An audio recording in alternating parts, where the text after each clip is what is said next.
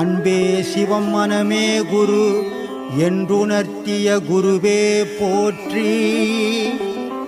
சத்தும் சித்தும் எதுவென்று உணர்த்திய குருவே போற்றி. எனக்குள் இறைவனை உணர வைத்த குருவே போற்றி. நித்திய ஆனந்தமான நித்யானந்த குருவே போற்றி. குரு பிரம்மஸ்ரீ நித்யானந்தரே போற்றி போற்றி.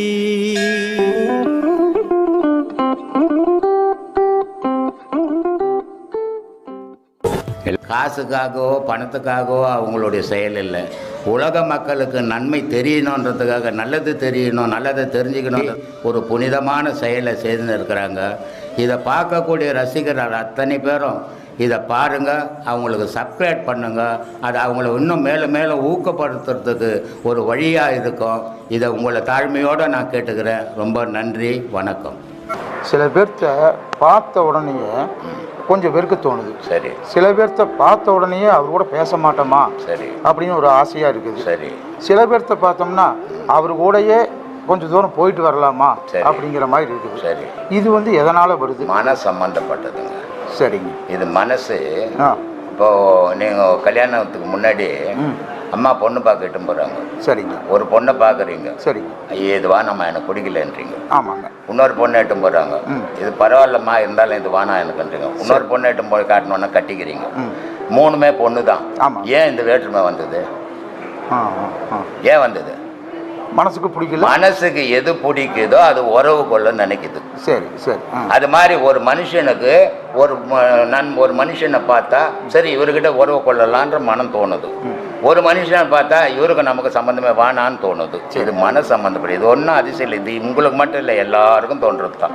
சரி சொல்லு. அப்புறம் சிறந்த கல்வியாளர்கள் கூட அதாவது மாணாக்கர்களாக வெறுக்கப்படுற மாதிரி, சரி, அதே மாதிரி நல்ல அருமையான தாய் தகப்பன் கூட தன்னுடைய மகன் மகள்களால் வெறுக்கப்பட்டு ஒதுக்கப்படுறாங்களே, இது எதனாலங்க ஐயா? ஆசையா இல்லை. ஆசையா இல்லை. இப்போ உங்களுக்கு எத்தனை பசங்க? எனக்கு ஒரு பொண்ணுங்க ஐயா. ஒரே ஒரு பொண்ணு. என்ன படிக்குது? காலேஜில் படிச்சுட்டு. காலேஜில் படிச்சுன்னு இருக்குது. ஒரு குழந்தைய பெத்தோம்னா ஒரு தாய் தகப்பன் கூட வச்சு வளர்க்கணும்.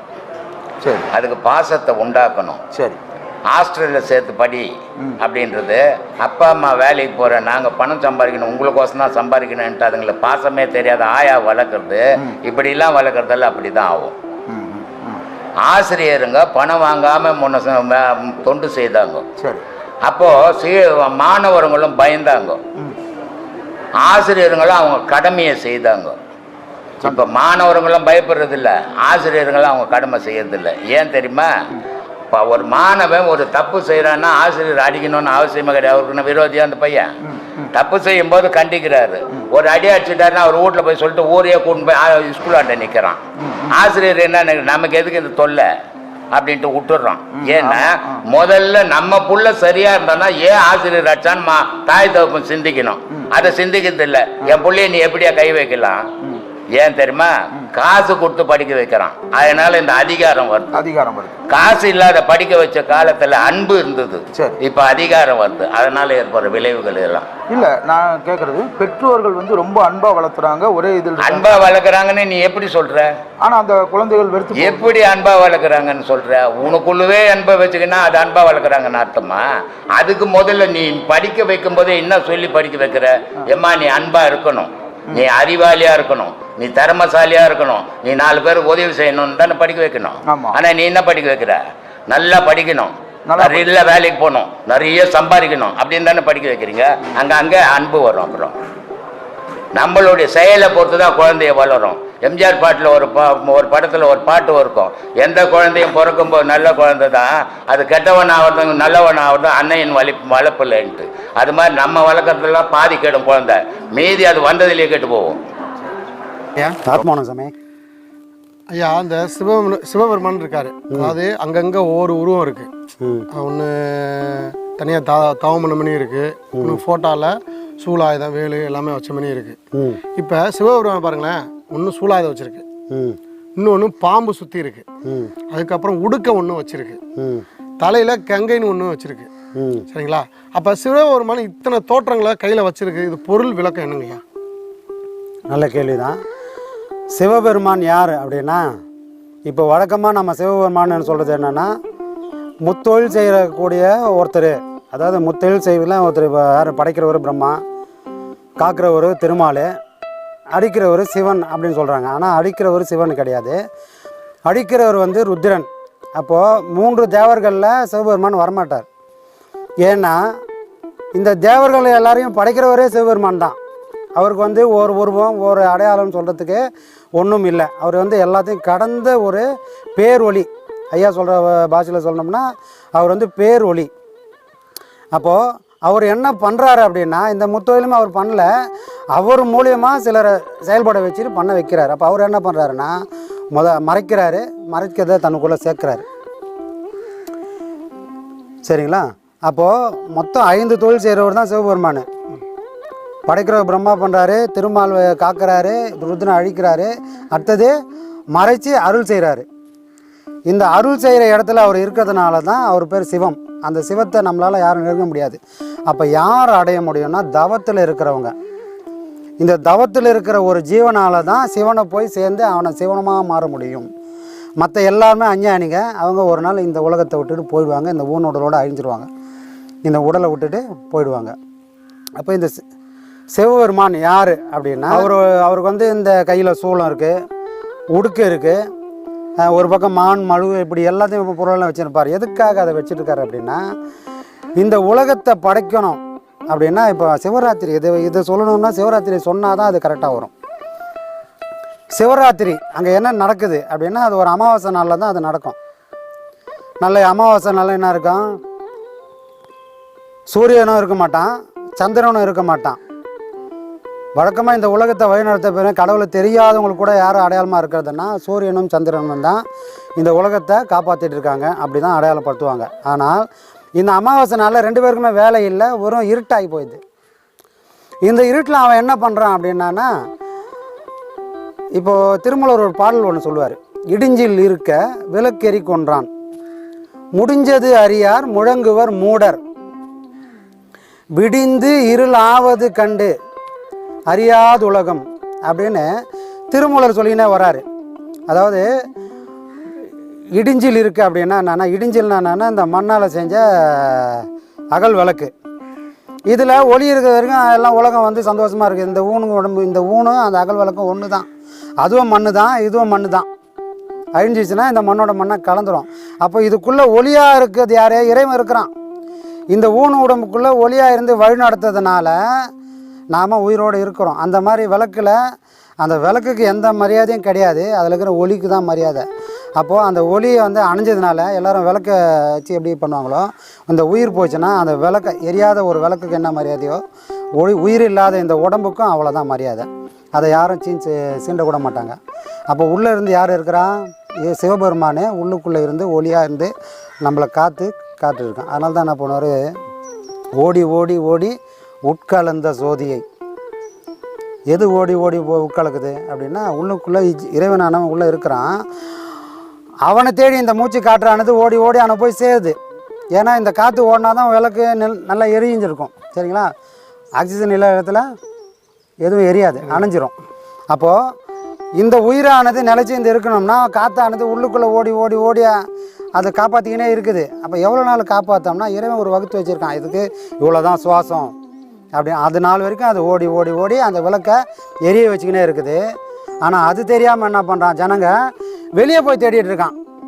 வெளியே இருந்து ஏதோ ஒரு பொருள் சக்தி இருக்குது அப்படின்னு நாடி நாடி நாடி நாட்களும் கழிந்து போய், எதை உள்ளே இருக்கிற ஒருத்தன் தான் நம்மளை காப்பாற்றினா, உள்ளுக்குள்ளே ஜோதியாக இருந்து இந்த உயிரானது உள்ளுக்குள்ளே ஜோதியாக இருந்து தான் நம்மளை காப்பாற்றுன்னு தெரியாமல் ஓடி ஓடி ஓடி ஓடி நாட்களும் கழிந்து போய், எங்கே வெளியே தேடி தேடி தேடி தேடி இந்த ஜோதியை தனக்குள்ளவே இருக்கிறது தெரியாமல் வெளியே ஓடி ஓடி ஓடி நாட்கள்லாம் கழிஞ்சு ஒரு நாள் அவன் செத்து போகிறான்.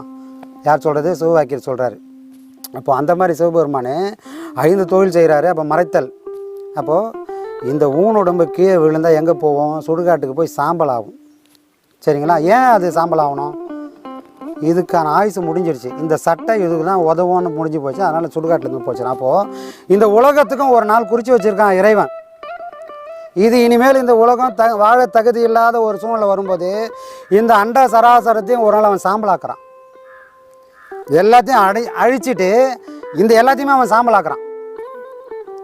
அதனால தான் சுடுகாட்டில் வெந்நீர் பூச்சின்னு இருக்கிறதுக்கு காரணமே இந்த உலகத்தெல்லாம் அழிச்சிட்டு ஒரு நிலையில் இருக்கிறான். அவன் எதுக்காக அழிச்சிட்டு இருக்கிறான்னா திரும்ப புது உலகம் படைக்கணும்.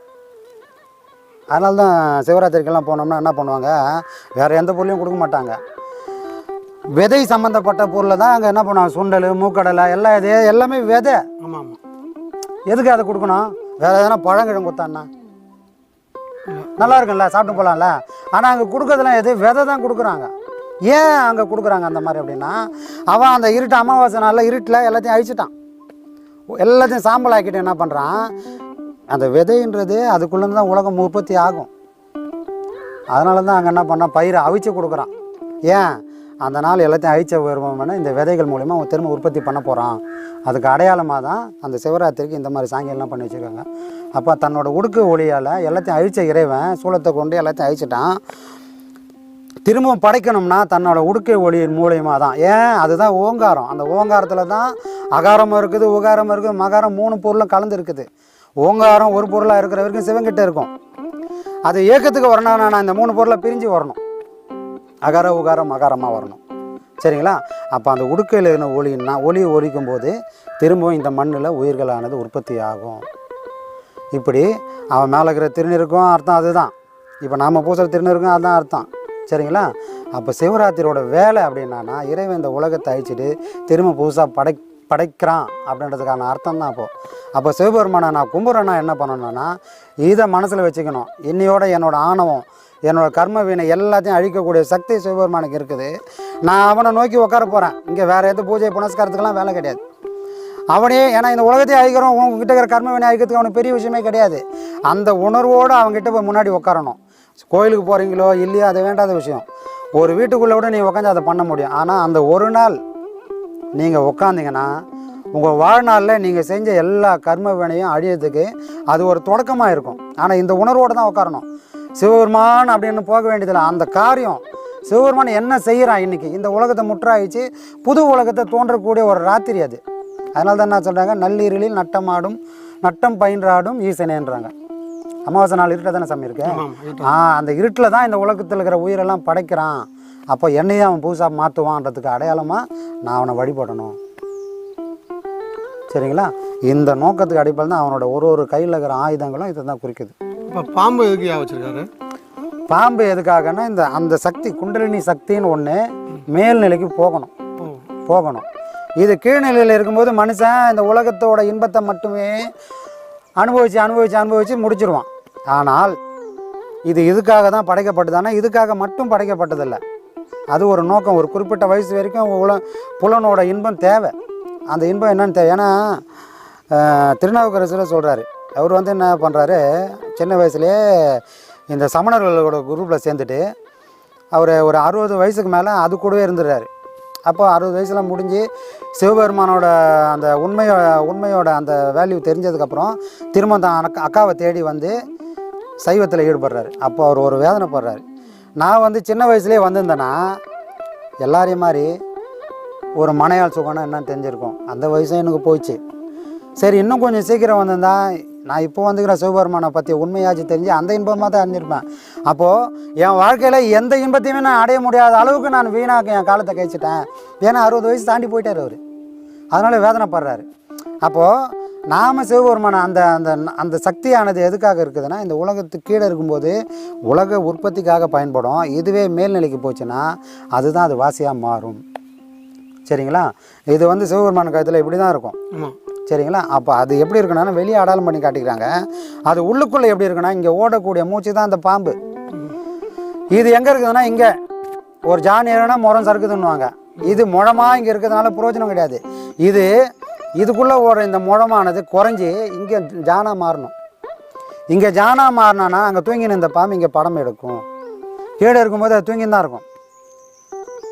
அது சக்தி என்னன்னு தெரியாமல் அது தூங்கிட்டு இருக்கு. அப்போது மேல்நிலைக்கு அது வந்தால் அது சிவனாக இருக்கிற ஒருத்தனை சிவனாக மாற்றக்கூடிய சக்தி அந்த பாம்புக்கு உண்டு. அதை புரிஞ்சால் அந்த உண்மையை நம்ம உணரலாம். அதுக்காக தான் சிவனோட கழுத்தில் இந்த அடையாளம்.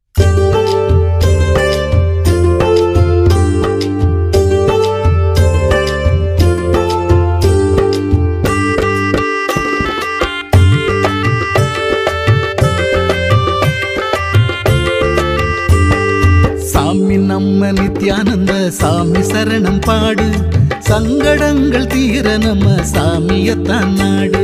சாமி நம்ப நித்யானந்த சாமி சரணம் பாடு, சங்கடங்கள் தீர நம்ம சாமியத்தான் நாடு. சண்முகனின் சந்நிதியே அவர் வசிக்கும் வீடு, சண்முகனின் சந்நிதியே அவர் வசிக்கும் வீடு. புன்னகைத்து அரவணைப்பார் சாமி பதம் நாடு. சாமி நம்ம நித்யானந்த சாமி சரணம் பாடு, சங்கடங்கள் தீர நம்ம சாமியத்தான் நாடு.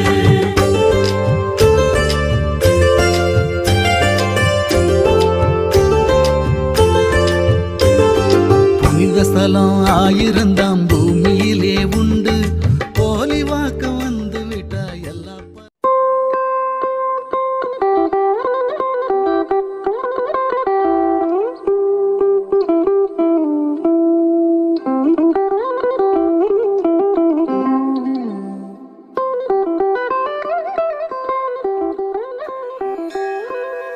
அன்பே சிவம் மனமே குரு என்றுணர்த்திய குருவே போற்றி. சத்தும் சித்தும் எதுவென்று உணர்த்திய குருவே போற்றி. எனக்குள் இறைவனை உணர வைத்த குருவே போற்றி. நித்திய ஆனந்தமான நித்யானந்த குருவே போற்றி. குரு பிரம்மஸ்ரீ நித்யானந்தரே போற்றி போற்றி.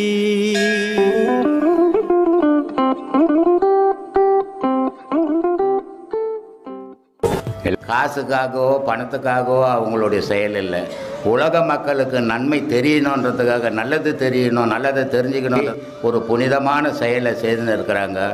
இதை பார்க்கக்கூடிய ரசிகர்கள் அத்தனை பேரும் இதை பாருங்கள், அவங்களுக்கு சப்ஸ்கிரைப் பண்ணுங்கள். அது அவங்கள இன்னும் மேலே மேலே ஊக்கப்படுத்துறதுக்கு ஒரு வழியாக இருக்கும். இதை உங்களை தாழ்மையோடு நான் கேட்டுக்கிறேன். ரொம்ப நன்றி, வணக்கம்.